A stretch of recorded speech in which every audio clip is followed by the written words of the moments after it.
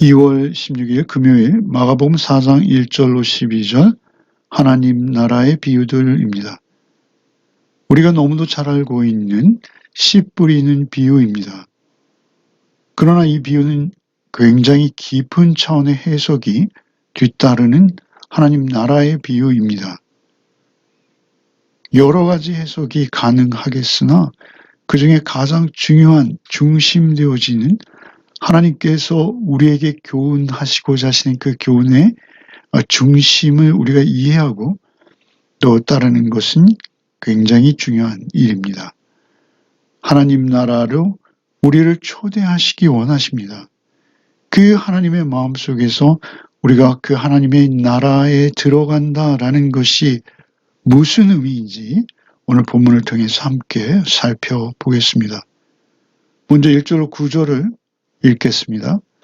예수께서 다시 바다에서 가르치시니 큰 무리가 모여들거늘 예수께서 바다에 떠있는 배에 올라 앉으시고 온 무리는 바닷가 육지에 있더라.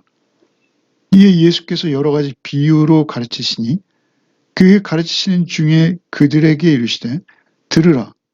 씨를 뿌리는 자가 뿌리러 나가서 뿌릴새 더러는 길가에 떨어짐에 새들이 와서 먹어버렸고 더러는 흙이 얕은 돌밭에 떨어짐에 흙이 깊지 아니하므로 곧 싹이 나오나 해가 돋은 후에 타서 뿌리가 없으므로 말랐고 더러는 가시떨기에 떨어짐에 가시가 자라 기운을 막음으로 결실하지 못하였고 더러는 좋은 땅에 떨어짐에 자라 무성하여 결실하였으니 30배나 60배나 100배가 되었느니라 하시고 또 이르시되 들을 귀 있는 자는 들으라 하시니라. 먼저 1절에 예수께서 다시 바닷가에서 가르치시기 시작하시는 것이죠. 예수님의 생애에서 바닷가에 가르치신 적이 여러 번 등장합니다. 앞서서 역시 그 바닷가에서 다시 가르침을 베풀기 시작하신 것이죠. 그 가르치실 때 큰 무리가 모였다. 1절에 보면 굉장히 큰 무리로 기록되어 있습니다. 그래서 예수께서는 바다에 떠 있는 배에 올라 앉으시고 배를 약간 바닷가로부터 띄우는 것이죠. 그리고 무리는 바닷가 육지에 있더라. 무리는 바닷가 육지에 있고 예수께서는 바다에 떠 있는 배에 홀로 앉아 계신 것이죠. 그런 많은 무리가 모인 상황이라는 것을 우리는 기억해야 합니다. 그 무리들은 예수님께 뭔가를 얻기 위해서 온 무리들입니다. 특별히 귀신이 쫓겨가고 그리고 병이 치유되는 그러한 이적과 기사를 본 그들이 목적하는 바가 있는 것이죠. 그리고 또한 예수님의 모든 교훈과 말씀을 그들은 자기식대로 무슨 말씀을 하셔도 자기식대로 받아들이고 자기식대로 해석하는 그러한 군중들인 것이죠. 이에 예수께서 2절에 비유로 가르치시니 그 가르치신 중에 그들이 들음에 비유로 가르치시는 것이죠.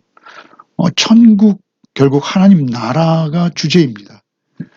그 농경 생활에 익숙한 그들을 교훈하시면서 그들에게 사실 천국의 정확한 지식이나 천국의 개념, 그 경험이 불가능한 세계지 않습니까? 그래서 비유로 가르칠 수밖에 없는 것이죠. 그런데 그 천국에 관한 비유 중에 오늘 비유는 그 천국의 삶을 누가 사는가라는 것에 관한 비유인 것입니다. 3절에 들으라 이렇게 먼저 시작하시죠. 듣는 것이 중요하다는 것입니다. 3절에 들으라 하시고 또 9절에 들을 귀 있는 자는 들으라. 3절에 들으라, 9절에 들으라. 이렇게 비유를 들으라라는 그 단어로 감싸고 있죠. 이것은 보따리 구조입니다.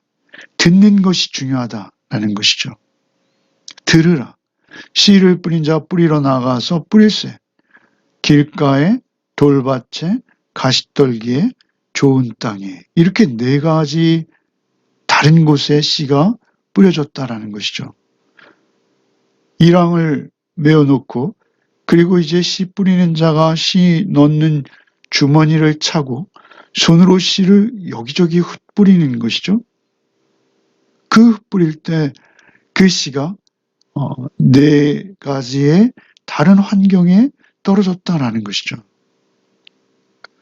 그 씨 뿌리는 자가 씨를 뿌리면 뒤따르는 사람이 흙을 덮는 그러한 모습으로 그들은 씨를 뿌렸었던 것이죠. 여기서 씨는 무엇입니까? 그것은 복음이요 또한 말씀입니다. 말씀. 들으라라고 시작하시지 않습니까? 전도자가 전하는 복음, 예수께서 전하시는 그 말씀이죠. 그런데 어떤 씨는 길가에 떨어졌다. 길가에 떨어지니 새들이 와서 먹어버렸다. 사단이 빼앗아 버렸다라는 것입니다. 5절에 어느 씨는 돌밭에 떨어졌어요.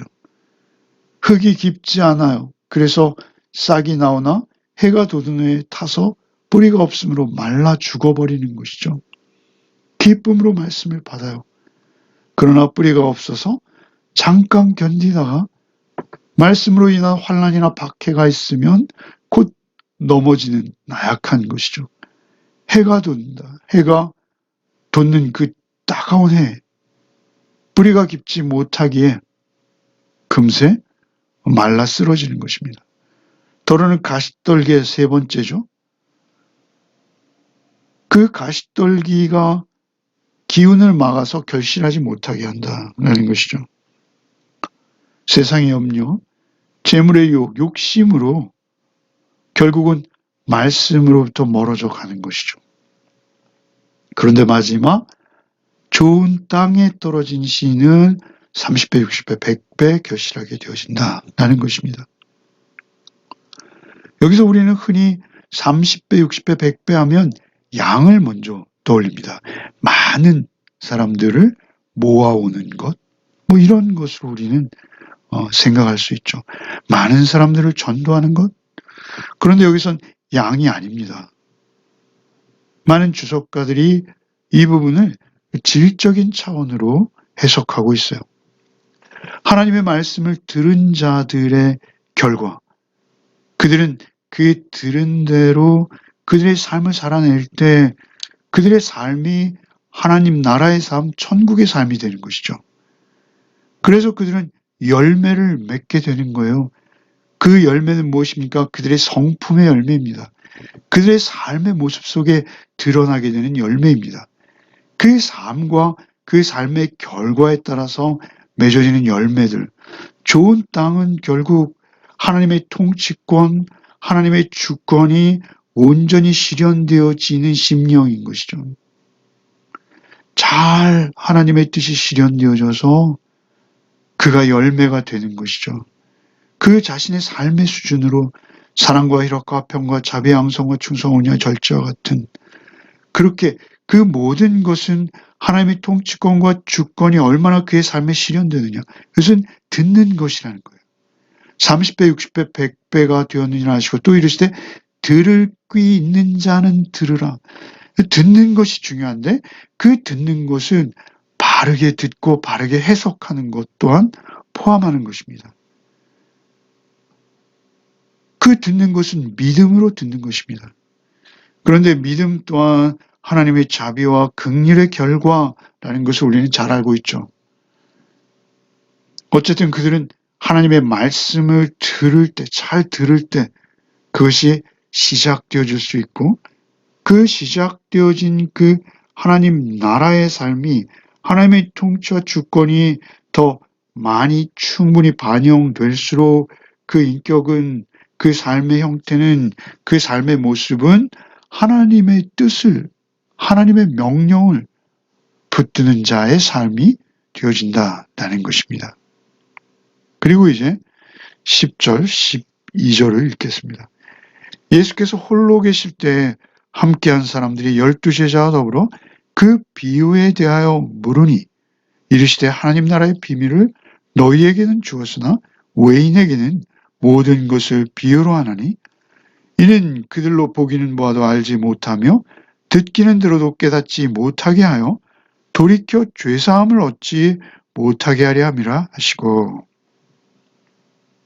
결국 그렇게 비유로 가르침을 베푸시자 많은 자들이 이제 떠나게 되는 것이죠. 그리고 10절에 예수께서 홀로 계시는 시간이 된 것입니다. 그 홀로 계실 때에 12 제자와 더불어 함께한 사람들, 모두 돌아가고 제자들과 약간의 사람들만 남아있는 상태가 된 것이죠. 그들이 예수께 나와서 비유에 대해서 물으니 그렇게 오늘 본문이 기록하고 있어요. 예수께 여쭙는 것이죠. 사실 그 비유를 예수께서 말씀하셨고 지극히 쉬운 비유임에도 불구하고 그들이 이해하지 못했고 결국은 다시 물을 수밖에 없는 상황이 된 것이라는 것이죠. 그래서 예수께서는 이제 우리가 내일 묵상하는 13절 이하에 이 말씀을 풀어주시죠. 근데 어쨌든 이 11절과 12절이 우리에겐 좀 난해합니다.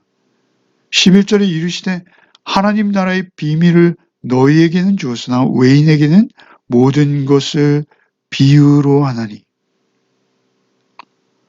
하나님 나라는 비밀이라는 것이죠.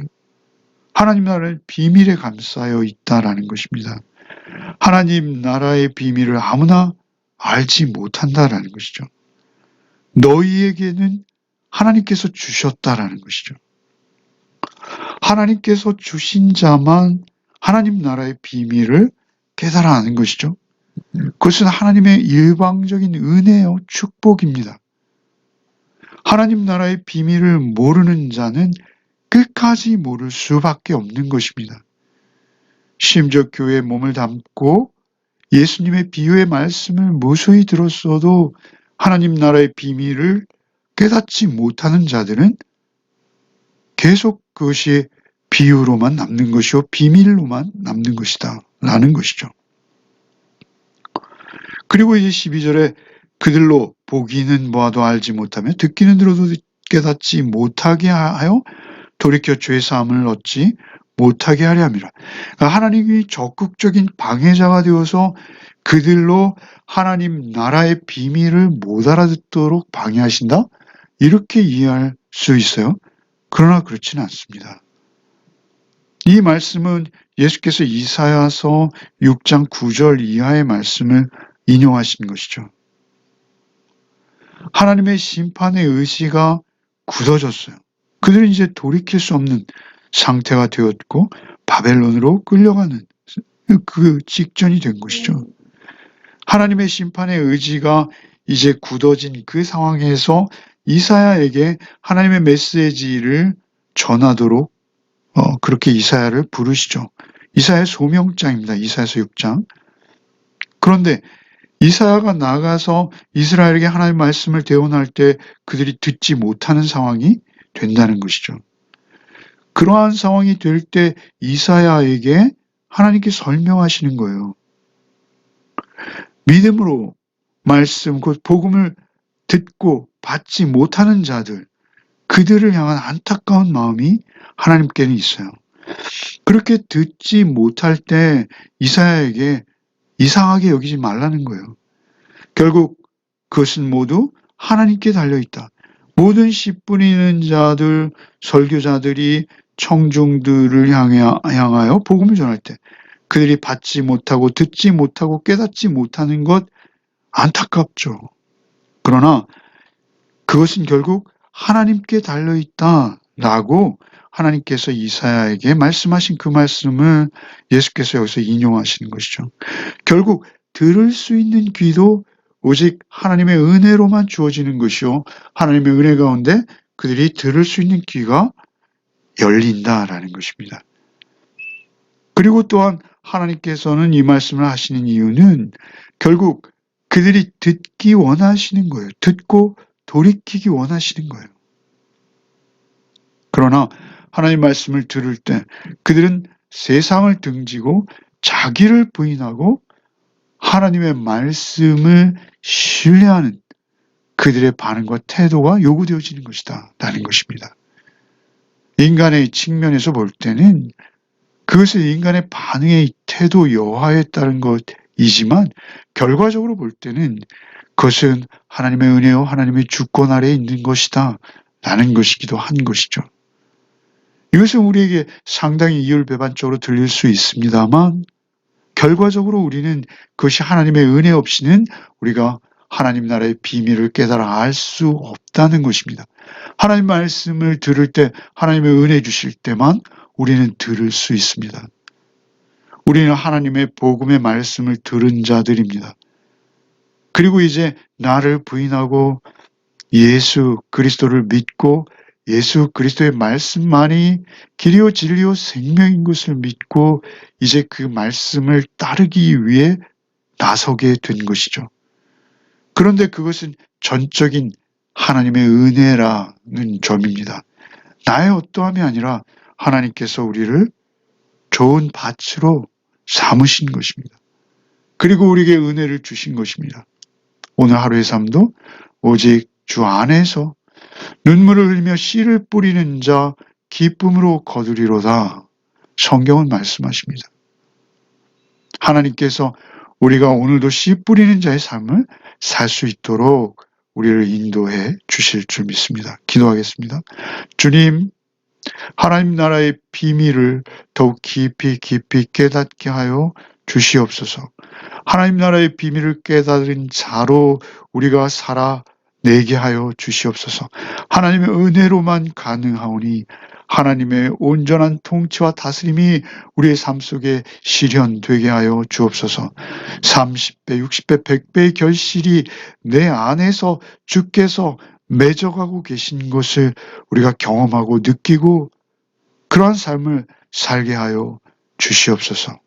사랑과 희락과 화평과 오래 참음과 자비와 양성과 충성과 온유와 절제와 같은 아름다운 믿음의 열매들이 오늘도 우리의 성품 안에 우리의 삶 안에 열리는 은혜와 복이 있게 하여 주옵소서. 어제보다 오늘이 오늘보다 내일이 더욱 하나님의 뜻과 통치가 우리의 삶 속에 실현되어지는 삶으로 우리를 변화시켜 주시옵소서. 오직 우리의 오늘 하루의 삶도 성령님께 의탁하오며 예수 그리스도 이름 받들어 기도하옵나이다. 아멘.